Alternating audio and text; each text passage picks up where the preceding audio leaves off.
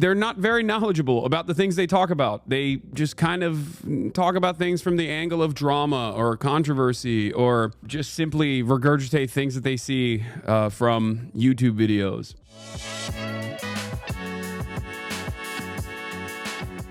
I woke up early this morning, and what did I do? I played some basketball. I played with the Bengal bruv, Ellum. Played some ball with Ellum. Beat his ass, yeah. But also, here's another thing that is I noticed.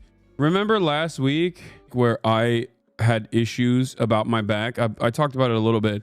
It's like a weird mid-back thing where I can still work out, I can still do things, but like maybe I didn't even actually bring this up. I don't know, because I don't like to talk about my back pain or any sort of like injuries that I go through, because everybody makes fun of me and says I'm old.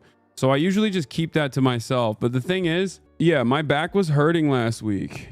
Okay. Yeah. The other reason why I don't normally talk about like back issues or anything like that is also because y'all get really unbearable and a little annoying. Y'all become like little doctors in the chat. So that's the other reason why I don't talk about it. I thought it was because I did a bunch of like different back exercises and I was really tight for that reason.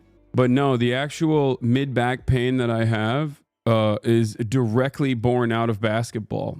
It's a new thing. I think it's because I'm so tight and so stiff with my movements that I over rely on my mid-back when I'm like moving my upper body. And because my upper body is so tight and so heavy that it causes injury. So I have to fix that. I have to no longer be so tight. But yeah, other than that, I have a bunch of really sick collabs lined up. Gonna do one with the Crash Dummies boys. Gonna do one with the Crash Dummies boys this week. So that's exciting.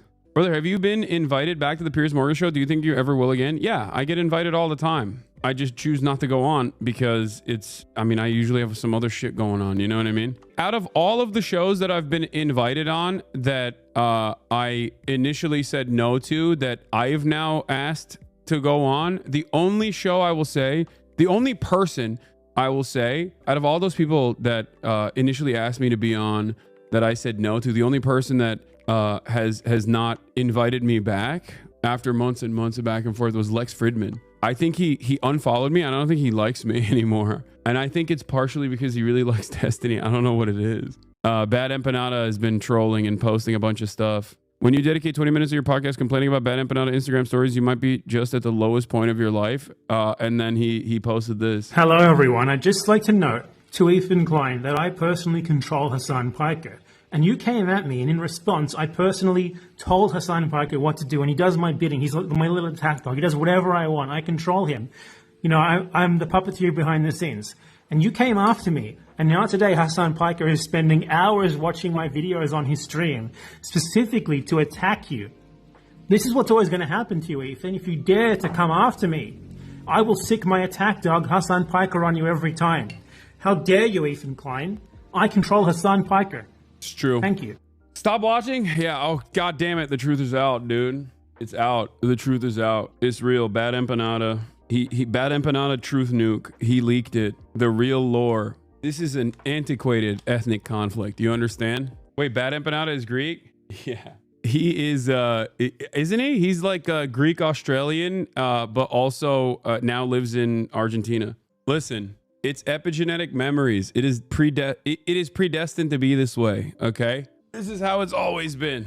Wikitubia says Bad Empanada is of Turkic, Greek, and Italian descent. Oh, he is? Oh, no. So we're a lot closer to one another. It's so funny to me how Ethan's community was frothing at the mouth for you to respond, and when you did, they immediately switched stances to, no, don't talk to him. He doesn't deserve your time, King. Like, what the f***? It's usually Ethan's dream to directly talk to his enemies. So weird how that's changed. Yeah, because they want to keep up the idea that, like, things are working, you know, that the opinions that they're presenting are actually true. And if you have someone who knows better and you can't really misinterpret their stances in real time, that's going to be quite difficult to maintain this. It's going to be very difficult to keep lying to your audience, basically. That's it. Asmongold reacts to your stream about the Amaranth stuff. Okay. I wonder what he'll say. He's going to be like, yeah, this guy's not all right. He's just mad because a lot of people hate him. He's just mad because a lot of people hate him. It's all right. Yeah. Well. Okay, dude. He said you're wrong on almost everything. Is there a reason Asmon won't just talk to you? I think it's beginning to become the same exact reason why Ethan won't talk to me either. It's because, look, the reality of the matter is, although a lot of people constantly yell about how I'm wrong or bad or whatever a lot of these guys, they're not very knowledgeable about the things they talk about. They just kind of talk about things from the angle of drama or controversy, or just simply regurgitate things that they see from YouTube videos. So in any sort of direct contest, in any sort of direct conversation, it would not be an actual debate. It would be more so similar to a lecture. And I think in the past, like Asmon and I, we were cordial, but I don't think now he will, like, now that he has firmly solidified his position as like a right-wing content creator, I don't think there's a big financial incentive here to have a conversation with me and go back on any of his thoughts. You know what I mean? In 1 year from now, this won't be relevant. The Asmongold stuff will be, but I don't think the Ethan stuff will be relevant. Yeah.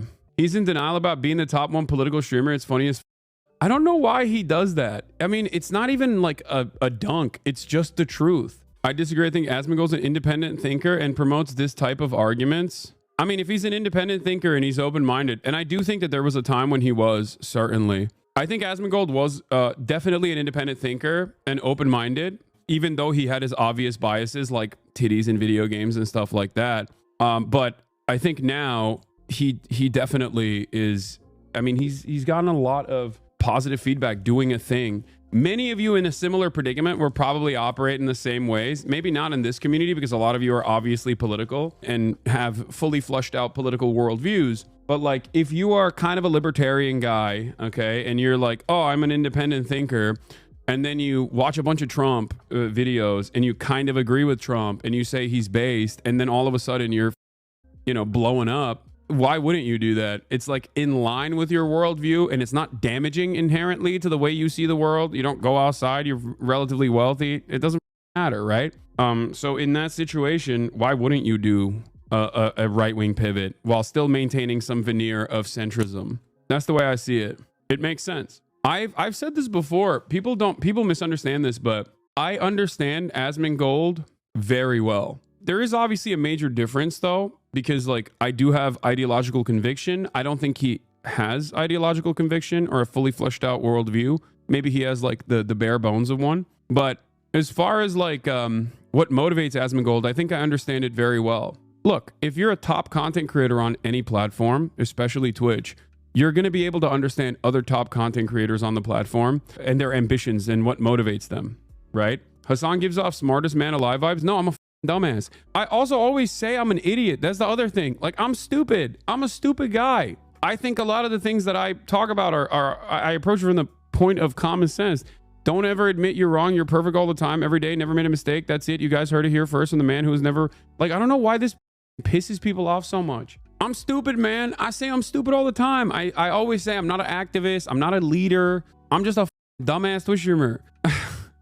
I don't know why people are just like, nope, don't hear it. Don't care. They take that you say you're stupid and claim you shouldn't speak about anything. Okay, well, I've watched Asmongold for months and watched HasanAbi for months as well, and Hasan's worldview is significantly more reasoned than Asmon's is. Asmon seems to gauge his positions based off whatever the current right-wing sentiment is. Yeah, except that's popular though. Obviously, Donald Trump won. You know what I mean? Clearly, people want that. Okay? For me, I try to make my worldview popular in a country that is incredibly resistant to hearing me out or hearing what I have to say out. Okay? That's the major difference between someone like myself or even someone like Pestany. Like, Pestany is the closer to Asmongold than a lot of people realize. If Asmongold is just going off whatever the Republican Party is saying and whatever Trump is saying and whatever MAGA is saying, Pestany is doing that for the Democratic Party, for the institutions. Now, of course, because the entirety of society is designed to uphold these institutions, he also can absolutely back his arguments with research and even a cursory Wikipedia glance. So he comes across as infinitely more well-read than any number of different dumbass right-wingers that he dukes out in the marketplace of ideas for that particular reason. Okay? Yes, saying that like the world is the best it's ever been and things are fantastic in the Western world and that the American government is this like infallible institution of good is not exactly a difficult position to come by. And there's going to be a lot of valid, reasonable, seemingly centrist, objective information that's readily available in terms of research that you can point to. You do come off as elitist when you prefer to pretend to be well-versed in hyper-complex subjects like what Asmongold thinks. Yeah, I'm not. Yeah.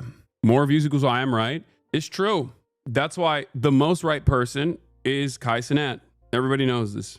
I don't think it's necessarily elitist to also run with the assumption that like the average person can't comprehend any kind of academic literature whatsoever. I think that's silly.